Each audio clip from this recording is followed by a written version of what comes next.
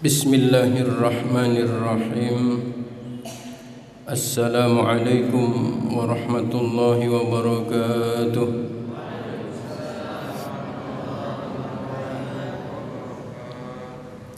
Al-Fatihah tahdiyatan ila hadratin Nabiil Mustafa Sayyidina Rasulillah Muhammadin sallallahu alaihi wasallam wa ala alihi wa ashabihi wa azwajihi wa dhurriyyatihi wa ali baitihi wa atba'ihi thumma ila hadrati sultanil awliya Syekh Muhyiddin Abdul Qadir Al-Jilani thumma ila hadrati Habibil Mahbub Habibi Habib Husin bin Abi Bakar Al-Idrus thumma ila hadrati Habibil Mahbub Habibi Abi Fida Muhammad ibn Katsir wa ila arwahi jami'i masyayikhina wa muallimina wa muallifi kutubina wa jami'i man dawil huquqi alayna wa jami'il muslimina wal muslimat wal mu'minina wal mu'minat anna Allah yu'li darajatihim fil jannah wa yanfa'una bi asrarihim wa anwarihim wa ulumihim wa barakatihim في الدين والدنيا والآخرة وإلى حضرة النبي الفاتحة. أعوذ بالله من الشيطان الرجيم. بسم الله الرحمن الرحيم. الحمد لله رب العالمين الرحمن الرحيم مالك يوم الدين. إياك نعبد وإياك نستعين اهدنا الصراط المستقيم صراط الذين أنعمت عليهم غير المغضوب عليهم ولا الضالين.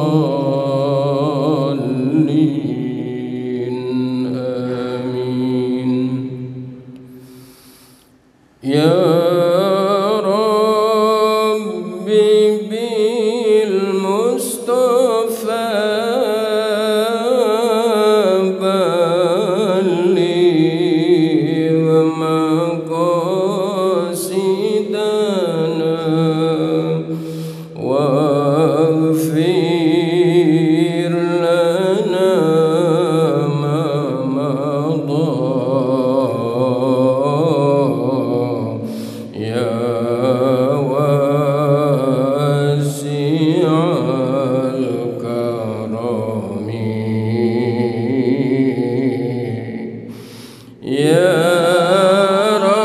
ربي بالمصطفى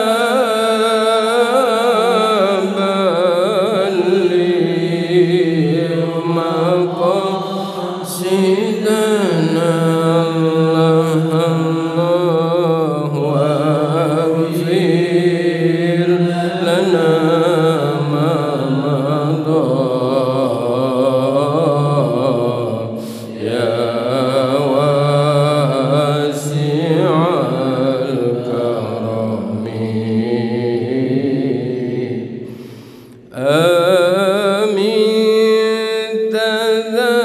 الفاتحة. أعوذ بالله من الشيطان الرجيم. بسم الله الرحمن الرحيم.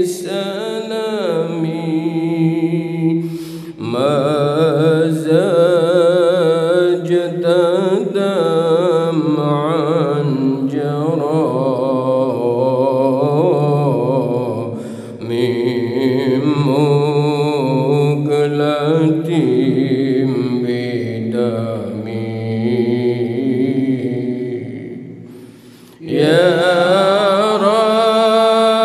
ولا الضالين. Bismillahirrahmanirrahim. Alhamdulillahi rabbil alamin. Wassalatu wassalamu ala asyrafil anbiya'i wal mursalin Sayyidina wa habibina wa syafi'ina wa maulana Muhammadin. Faqad qala rabbi syrah li sadri wa yassir li amri wahlul 'uqdatam min lisani yafqahu qawli. Amin. Amma ba'du.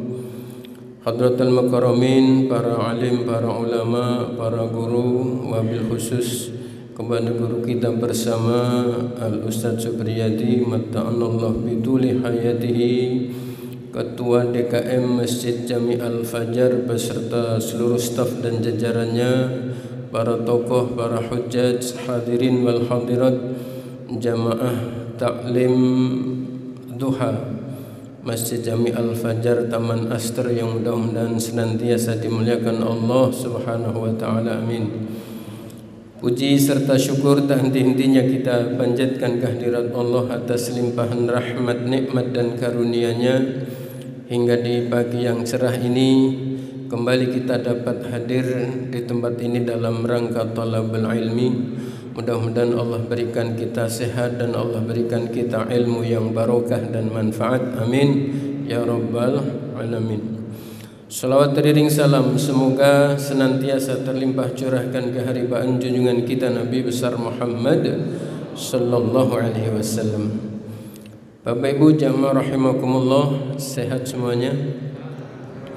Mudah-mudahan Allah senantiasa jaga kesehatan kita, Allah berkahi hidup kita, Allah mudahkan segala urusan kita, Allah berikan kita keluarga yang sakinah mawaddah warahmah. Amin ya rabbal alamin. Jamaah rahimakumullah, kita lanjutkan kajian kitab tafsir Ibnu Katsir, kitab tafsir yang ditulis oleh Imam Abi Fida Muhammad ibni Katsir, terdiri dari 4 jilid setebal kitab yang ada di hadapan saya ini, dan kita masih sampai pada bahasan surah Al-Fatihah, tetapi masih belum membahas ayat demi ayat, masih prolog dari surat Al-Fatihah itu sendiri. Jamaah rahimakumullah, sampai wahya makiyatun qalahu Ibnu Abbas.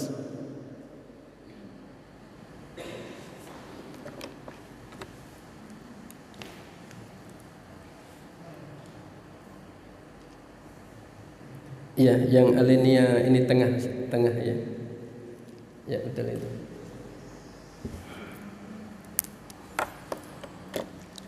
Bismillahirrahmanirrahim. Qala al-musannif rahimahullahu ta'ala wa nafa'ni wa iyyakum bi'ulumihi fid dharain amin. Faqad qala rabbi shrah li sadri wa yassir li amri wahlul 'uqdatam min lisani yafqahu qawli. Amin. Amma ba'du. Wahya bermula surah Al-Fatihah itu makiyatun, surat yang diturunkan di kota Makkah. Qala mengatakan hu pada surah Al-Fatihah Makkiyah yang mengatakan Ibnu Abbas, Abdullah Ibnu Abbas. Ya, Abdullah Ibnu Abbas itu yang sudah kita bahas beberapa kali. Beliau adalah salah satu di antara 4 sahabat yang dalam gelar khusus abadillah, ya, Abdullah ibnu Abbas. Abdullah ibnu Abbas adalah sahabat Nabi yang mendapatkan doa secara khusus dari baginda Nabi Muhammad sallallahu alaihi wasallam agar diberikan pemahaman yang dalam untuk memahami Al-Qur'an dan Al-Hadis. Itu Abdullah ibnu Abbas. Dan telah mengatakan itu wa Qatadatu wa Abul Aliyati, ya, Qatadah itu ada 2, ya. Ada Qatadah bin Nu'man, ya. Beliau ini adalah seorang sahabat Nabi yang yang pada saat perang Uhud, ya, beliau mengalami cedera mata beliau. Itu sampai kelopak matanya lepas keluar, gitu. Dan kemudian oleh baginda Nabi diawali dengan berdoa tentunya, lalu diobati atau bahasa kita diobati oleh Nabi, ya, dan kemudian beliau kembali bisa melihat, ya, dengan mukjizat Nabi Muhammad sallallahu alaihi wasallam. Itu adalah Qatadah bin Nu'man. Nah, yang berikutnya adalah Qatadah bin Di'amah. Qatadah bin Di'amah ini ulama ahli tafsir, ahli hadis, ahli fikih, tapi dari kalangan tabi'in. Yang dimaksud tadi itu adalah yang di dalam Qalahu Ibnu Abbas wa Qatadah, ini adalah Qatadah yang sahabat Nabi. Nah, Qatadah yang dari kalangan tabi'in ini juga luar biasa, ulama yang fenomenal, ahli tafsir, ahli hadis yang hafalannya diakui oleh ulama-ulama tabi'in. Tetapi beliau mengalami kebutaan semenjak lahir, ya, mengalami kebutaan semenjak lahir, memiliki kualitas hafalan yang benar-benar mengagumkan, ya. Bayangkan dari kecil, dari lahir, ya, dari bayi, dari kandungan, bahkan dari kandungan beliau buta, ya, sampai wafat, ya, sampai wafat beliau dalam kondisi buta, tetapi menjadi ulama ahli tafsir, ahli hadis. Banyak sekali hadis yang beliau riwayatkan, dan tafsirnya, ya, tafsirnya juga banyak sekali menjadi rujukan para ulama-ulama salafus sholihin yang menulis, ya, tafsir maupun menulis kitab-kitab hadis. Ya, kalau kita melek dari lahir sampai sekarang, hafalan hadis kita berapa ribu, Pak? Hafalan kita berapa ribu ayat, Bu? Masya Allah. Jadi semenjak lahir buta sampai wafat, dan beliau ini wafat ada kaitannya dengan hari ini, ya, karena beliau wafat di usia 57 dan karena kena wabah penyakit menular atau disebutnya taun. Ya, sama juga yang wafat karena musibah taun adalah Mu'ad bin Jabal. Beliau juga meninggal karena wabah penyakit menular kayak sekarang ini corona, gitu. Nah, Qatadah bin Di'amah ini juga sama, ya, beliau lahir dalam keadaan buta, menjadi ulama besar, kemudian wafat karena musibah penyakit menular di usia 57. Itu Qatadah. Wa Abul Aliyati yang mengatakan kalau surah Al-Fatihah itu makiyah, yang ketiga adalah Abul Aliyah. Ya, Abul Aliyah ini seorang ulama. Setiap disebut di sini Bapak Ibu itu pasti ahli tafsir, minimal ahli tafsir, tetapi hampir 85% adalah include ahli hadis dan ahli fikih. Nah, Abul Aliyah ini ya tadinya adalah budak sahaya. Ya, budak sahaya itu dari lahir. Jadi ada budak yang sudah dewasa, ada yang budak semenjak lahir karena orang tuanya budak. Begitu. Sebenarnya beliau ini lahir waktu Rasulullah masih hidup.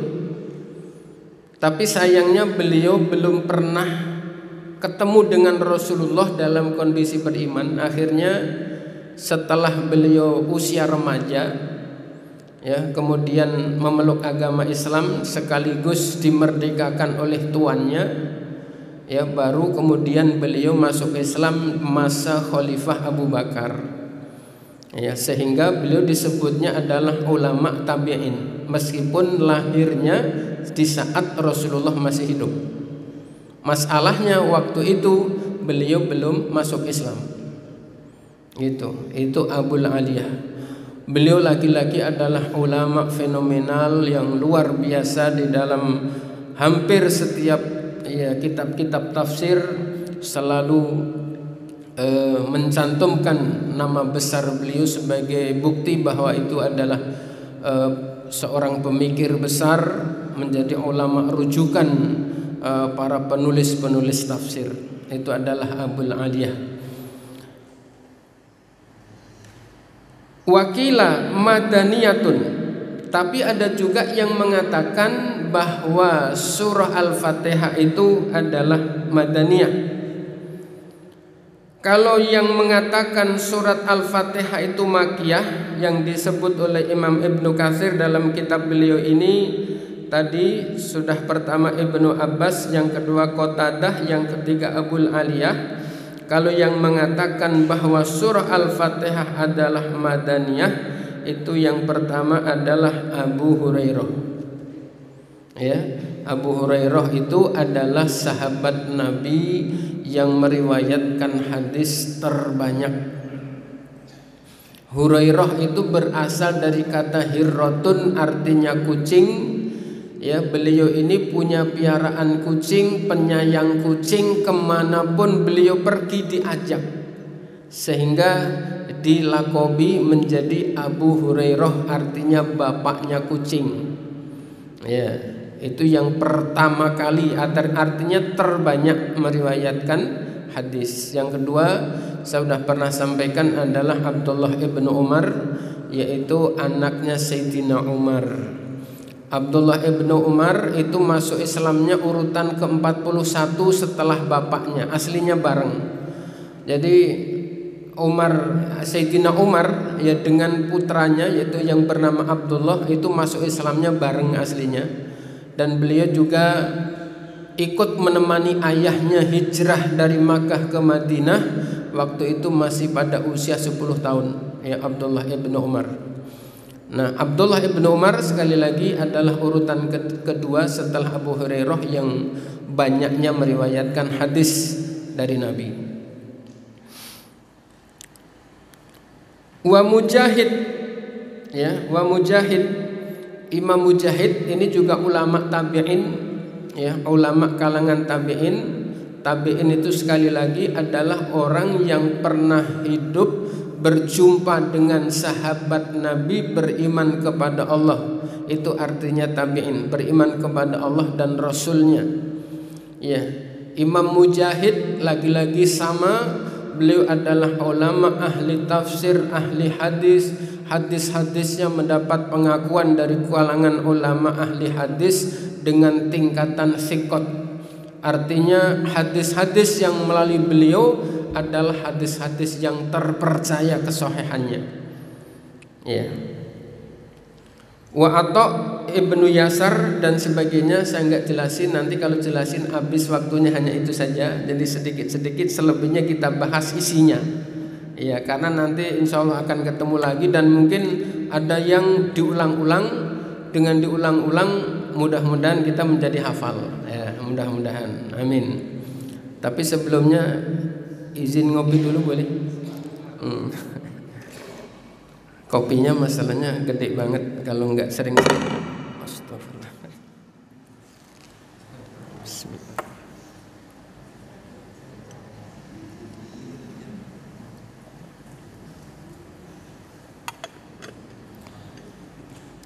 Alhamdulillah, nikmat kopinya. Ya, wa Atha bin Yasar wa Zuhri.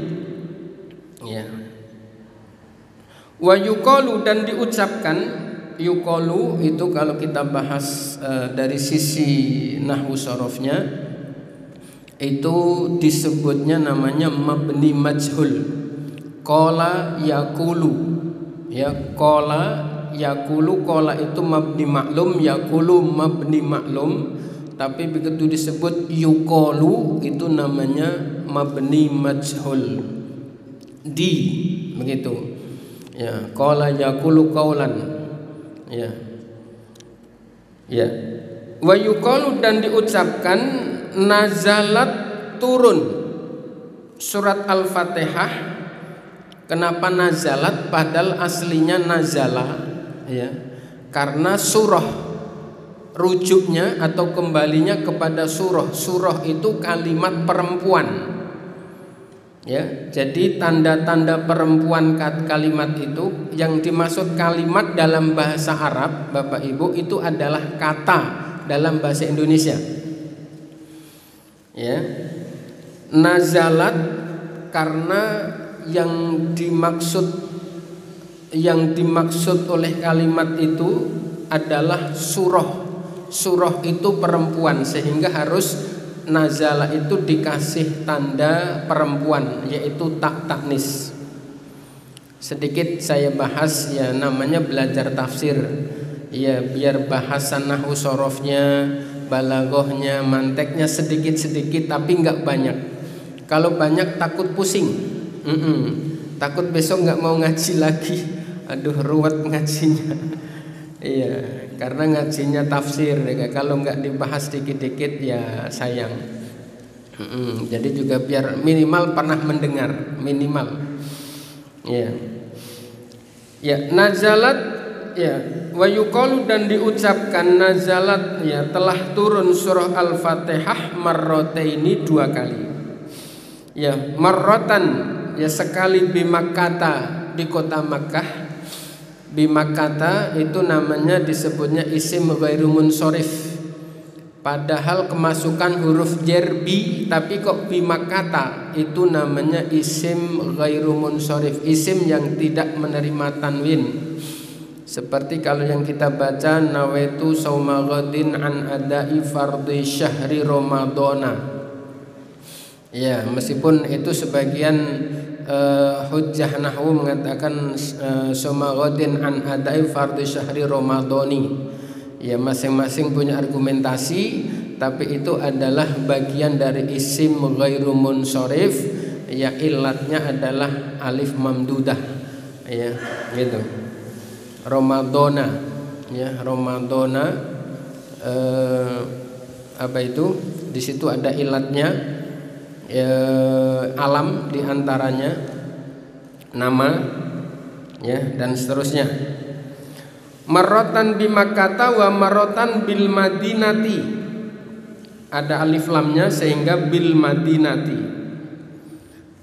Jadi, ya, ada yang ulama-ulama tafsir menyampaikan bahwa surah Al-Fatihah itu, ya, pernah diturunkan di kota Makkah, pernah pula diturunkan di kota Madinah. Marrotaini, 2 kali. Ya.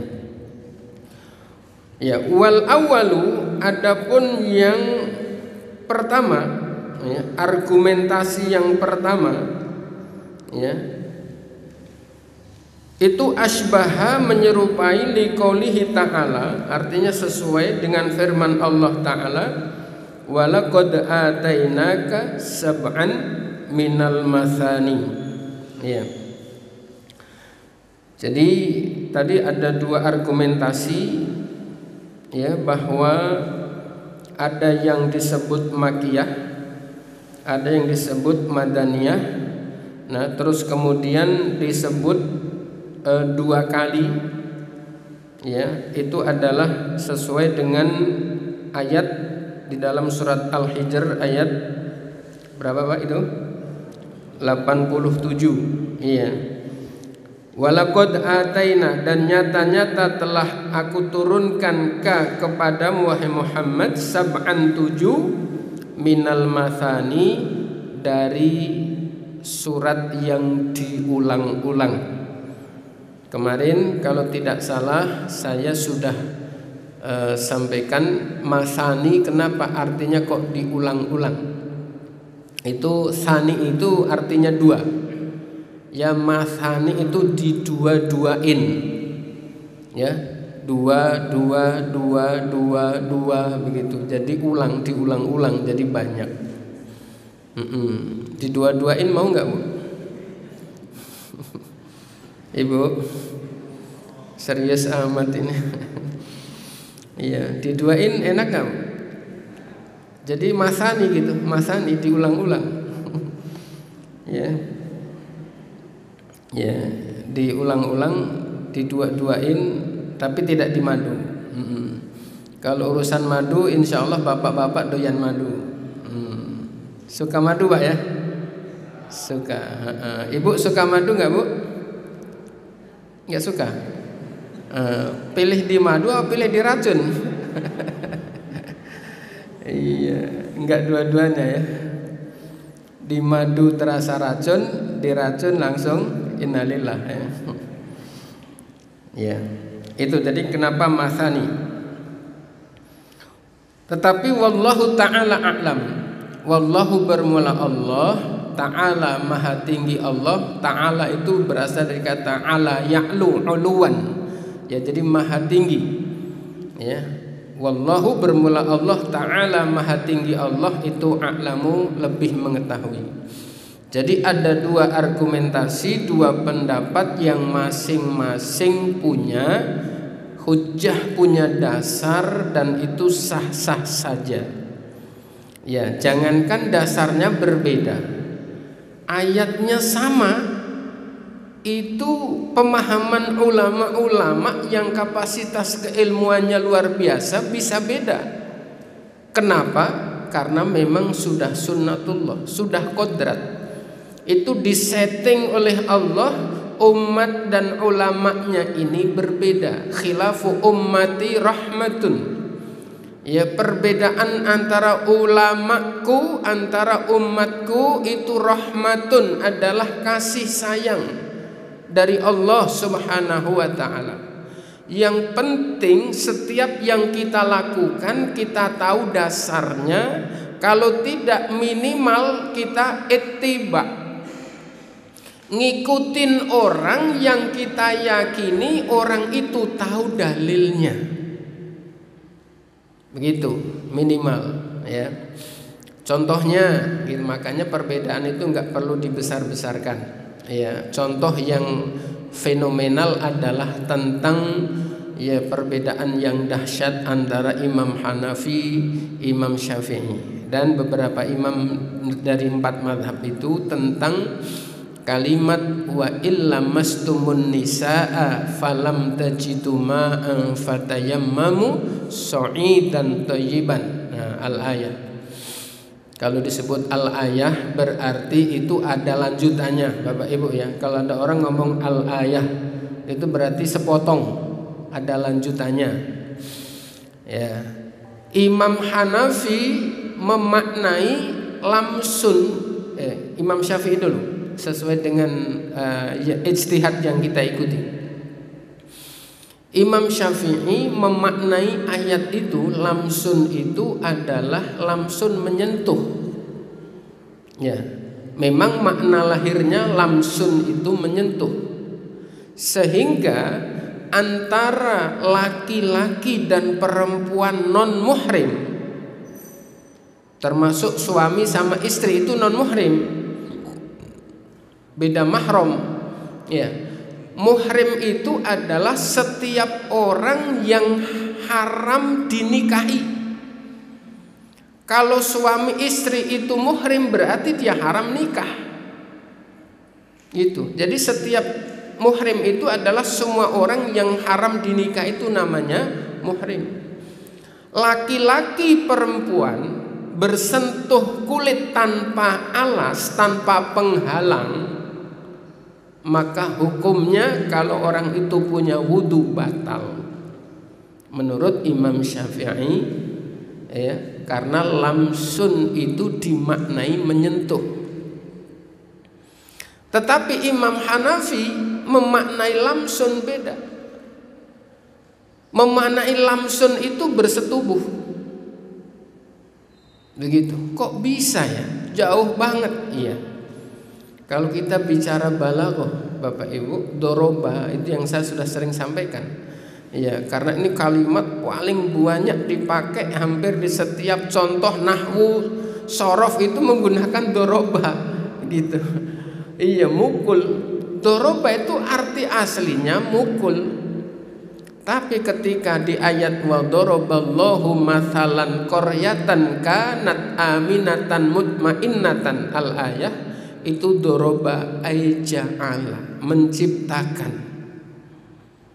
Begitu, dan itu jelas dalilnya, kaidahnya jelas. Begitu, muqabalahnya adalah kalimat-kalimat yang muradif.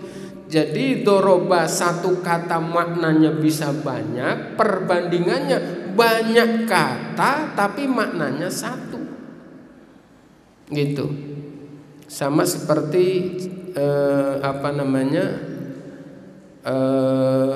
buku misalnya. Ya, itu bahasa Arabnya berbeda-beda. Di antaranya yang paling terkenal di pendengaran kita adalah daftarun, begitu.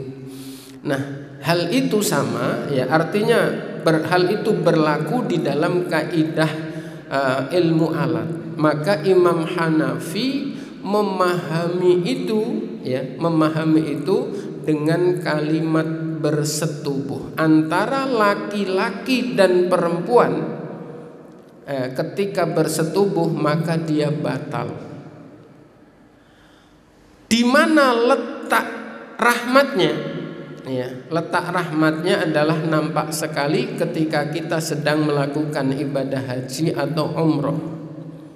Bayangkan kalau misalnya pendapatnya itu hanya satu seperti Imam Syafi'i, bersentuhan kulit laki-laki sama perempuan batal.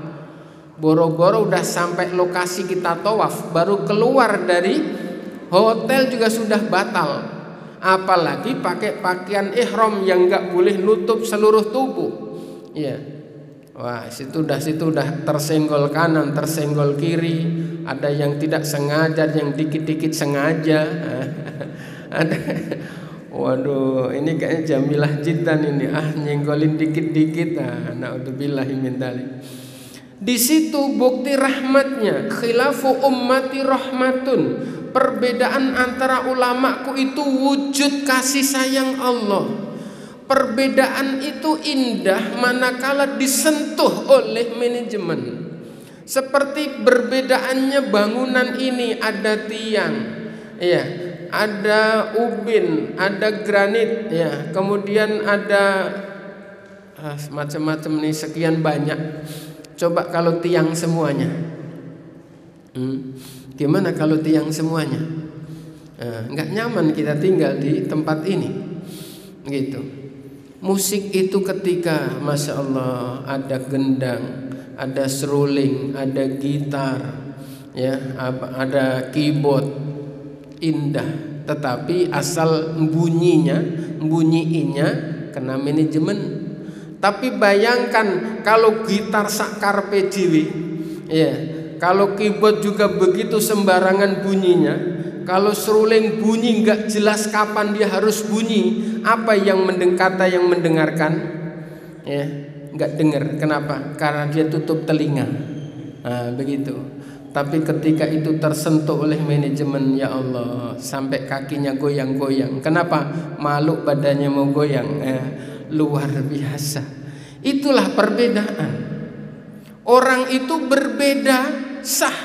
Itu sunnatullah.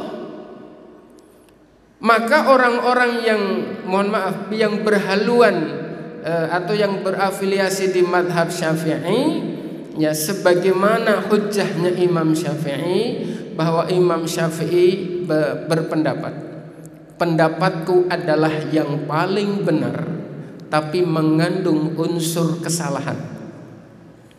Pendapat orang lain salah tapi mengandung unsur kebenaran.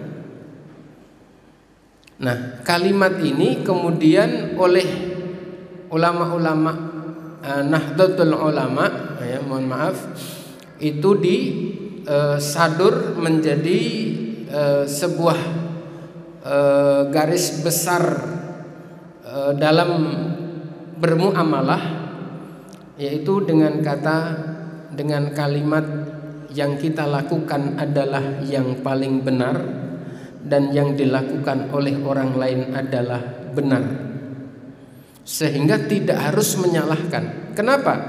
Karena setiap beramal itu harus yakin yang paling benar. Kalau nggak yakin kebenarannya ya jangan dijalanin. Gitu. Makanya yang kita jalankan yang paling benar, tapi yang dijalankan oleh orang lain benar, selama tidak telek-telek itu bertentangan secara lahiriah terhadap nas Al-Quran dan As-Sunnah. Selama zonanya zona furu'iyah, selama zonanya zona khilafiyah, antara usolli atau tidak, doa kunut atau tidak, sayyidina atau tidak, itu mah nggak harus berantem.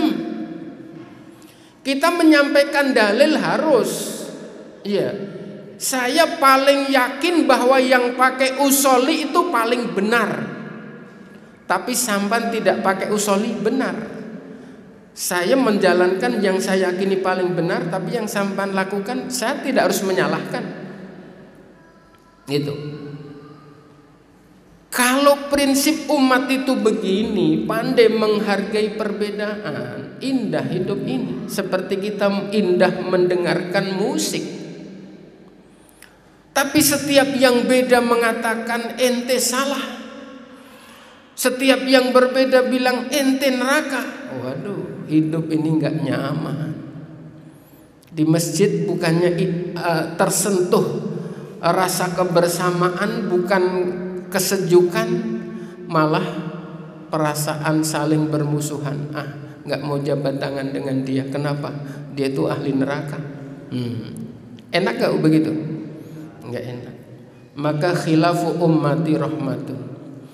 Ya, maka kalau ada yang disampaikan tentang dalil-dalil yang terkait dengan amaliyah ini bukan bermaksud untuk menyalahkan saudara-saudara kita yang berbeda faham, tapi bahwa mengutarakan dasar dan kaidah amaliyah kita, ya, supaya orang lain tidak menyalahkan kita. Kita juga mengajak supaya orang lain tidak menyalahkan kita, tapi kita mulai dari kita tidak menyalahkan orang lain.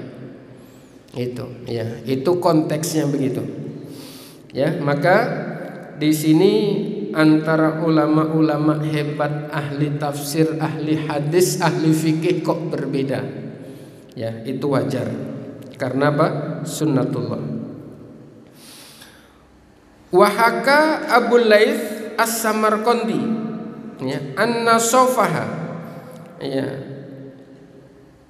Abu Laits As-Samarqandi, ya, mensifati terhadap surat Al-Fatihah atau menyampaikan argumentasinya, ya, nazala bi Makkah wa nisfuha al-akharu nazala bil Madinati wa huwa gharibun jiddan. Wa huwa bermula qaul, ya, pendapat yang disampaikan oleh Abu Laits As-Samarqandi itu adalah gharibun jiddan. Gharib itu asing, ya, jiddan sangat. Artinya pendapat ini tidak populer. Ya, pendapat beliau mengatakan bahwa separuh surat Al-Fatihah turun di Makkah, separuh turun di Madinah. Ini pendapat yang tidak populer atau dalam tanda kutip pendapat yang lemah. Jumhur ulama, ya, berpendapat bahwa Al-Fatihah itu turun sekali, maksud saya sekali penuh dari ayat 1 sampai ayat 7 itu langsung.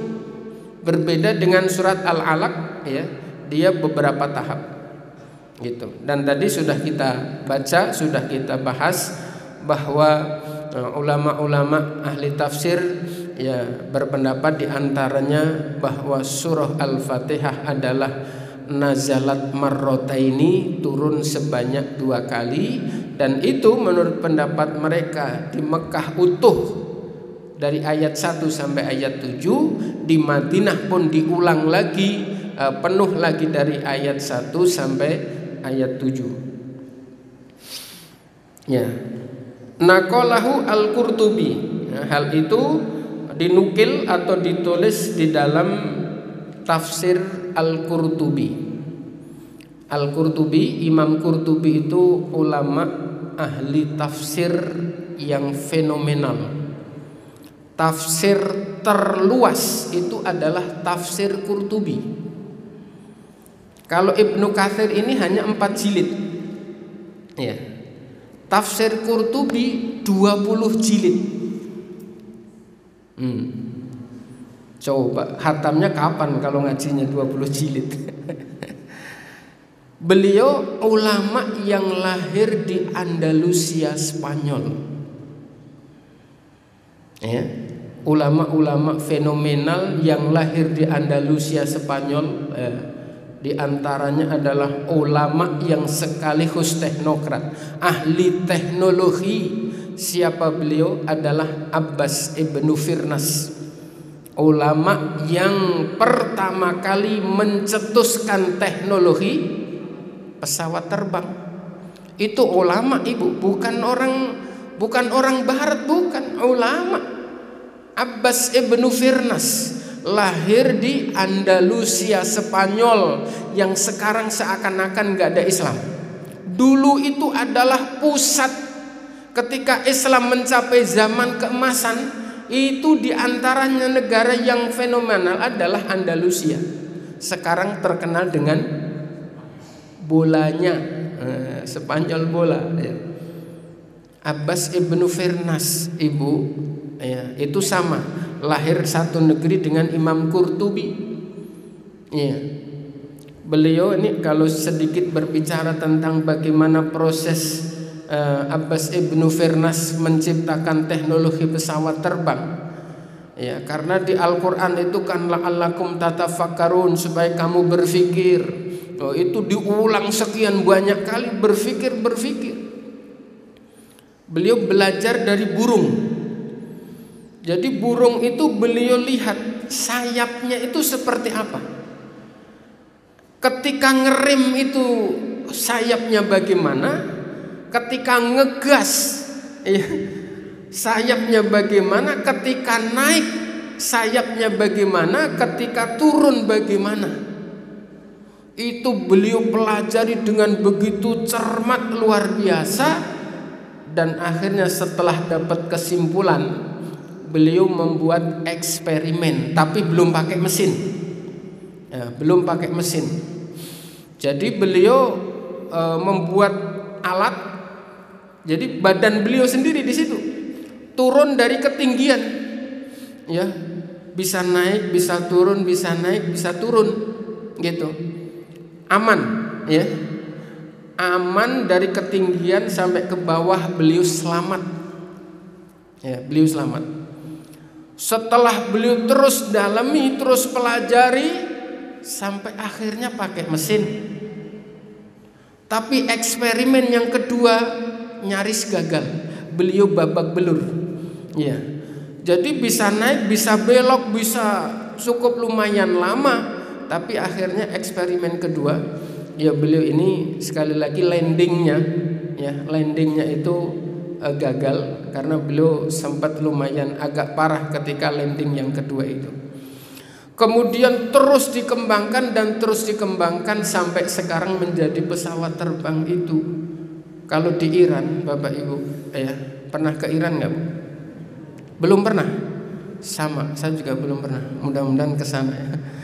Jadi di bandara Iran itu dibuatkan patungnya Abbas ibnu Firnas. Ini artinya sebagai iklan, ya, sebagai pemberitahuan bahwa dunia pesawat terbang itu yang menciptakan bukan orang-orang barat, tapi para ulamanya, ya, ulama-ulama, ya, yang menciptakan. Dan banyak sekali dahulu mungkin waktu kita kecil mengenal yang namanya matematika Al-Jabar. Syekh Muhammad Al-Jabar penemunya adalah ulama yang lahir di Andalusia, Spanyol. Ibn Rushd, ya, seorang filosof yang luar biasa, ya, lahir di Andalusia, Spanyol. Ibnu Khaldun lahir di Andalusia, Spanyol. Termasuk Imam Qurtubi, ulama ahli tafsir yang terluas tafsirnya, ya, itu juga lahir dan besar di Andalusia, Spanyol. Subhanallah. Ya. Jadi pendapat tadi dinukil oleh Imam Qurtubi, ya, anhu wahya sab'u ayatin, dan bermula surat Al-Fatihah itu sab'u ayatin, 7 ayat, bila khilafin, dengan tanpa ada khilaf. Ya, surat Fatihah 7 ayat. Wa qala Amr bin Ubaid, ya, wa qala, dan berkata Amr bin Ubaid Thaman, ya, wa qala, dan berkata juga Husain Al-Ju'fi, ya. Tetapi wa qala, dan berkata Husain Al-Ju'fi, ya, Imam Husain Al-Ju'fi mengatakan sittatun, ya, itu adalah 6 ayat. Wa hadzanil qaulani, dan 2 pendapat ini syadzani, adalah syadz. Syadz itu kalau bahasa ekstrimnya rusak, artinya tidak terlalu berdasar. Kalau surat Al-Fatihah itu disebut 6 ayat gitu. Dan sebelumnya tadi, jadi 2 pendapat itu adalah disebutnya adalah syadz, ya. Wa inna makhtalafu fil basmalati hal hiya ayatun mustaqillatun. Wa inna makhtalafu, dan sesungguhnya berbeda pendapat antara ulama ahli tafsir fil basmalati, dalam konteks bismillah.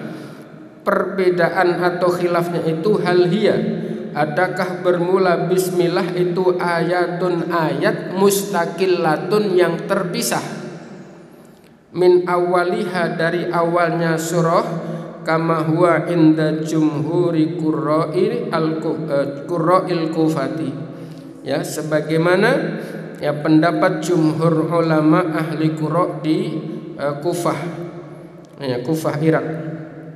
Wa qaulu jama'atin, dan pendapatnya mayoritas ulama minas sahabati, dari kalangan sahabat, wat tabi'ina, dan dari kalangan tabi'in. Wa khalqun minal khalfi, dan orang-orang minal khalafi, atau ulama-ulama yang khalaf. Khalaf itu artinya ulama yang sekarang, yang kekinian, artinya ulama-ulama yang tidak dari kalangan sahabat, kalangan tabi'in, kalangan tabi'ut tabi'in, ya. Ulama-ulama yang bagian akhir, ya, bagian akhir artinya tidak masuk kategori yang tadi, itu disebutnya khalaf. Ulama salaf, ulama yang awal. Salaf itu artinya awal atau kuno.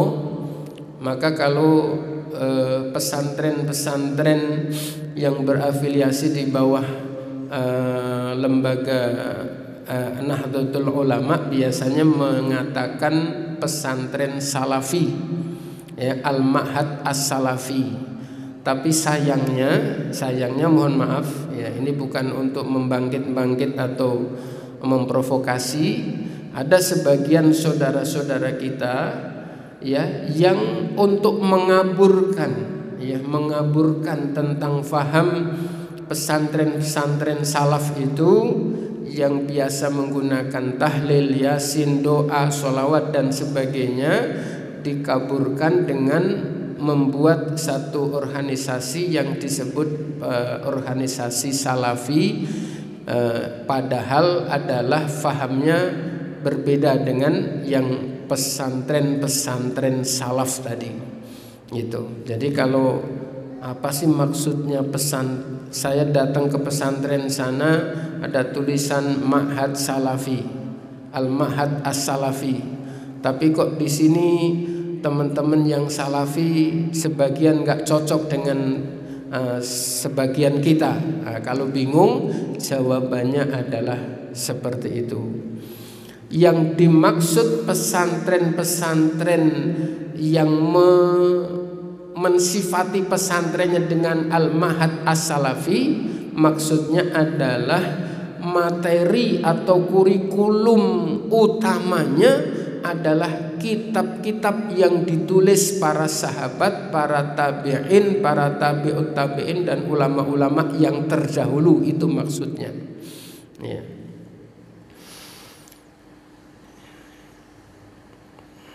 Wattabi'in wa khalqun minal khalafi aw ba'du ayatin aw la tu'addu min awaliha, atau surat atau bismillah itu la tu'addu tidak dihitung min awaliha dari awalnya surah Al-Fatihah bil kulliyati ya, secara keseluruhan ya, kama sebagaimana keterangan huwa bermulama itu qaulu ahlil madinati ya, pendapatnya ahlul Madinah minal qurra'i dari ulama-ulama qurra ya, wal fuqaha'i dan ulama-ulama ahli fikih ala salasati aqwalin yang terbagi menjadi 3 qaul atau 3 bagian, 3 pendapat, kama sebagaimana keterangan sayati yang akan datang takriruha ya, penjelasan detailnya fi maudhihi